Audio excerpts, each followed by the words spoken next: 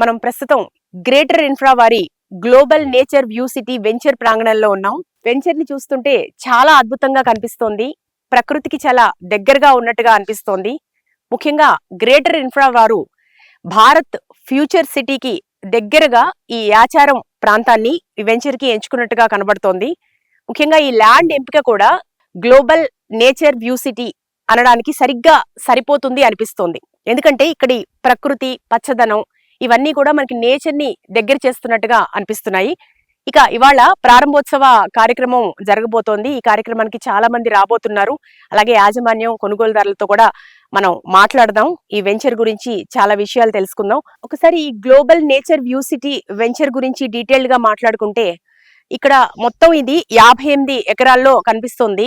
ఈ మొత్తం వెంచర్ కూడా 58 ఎకరాలు ఉంది. దాదాపు 616 దాకా ప్లాట్స్ ఉన్నాయి.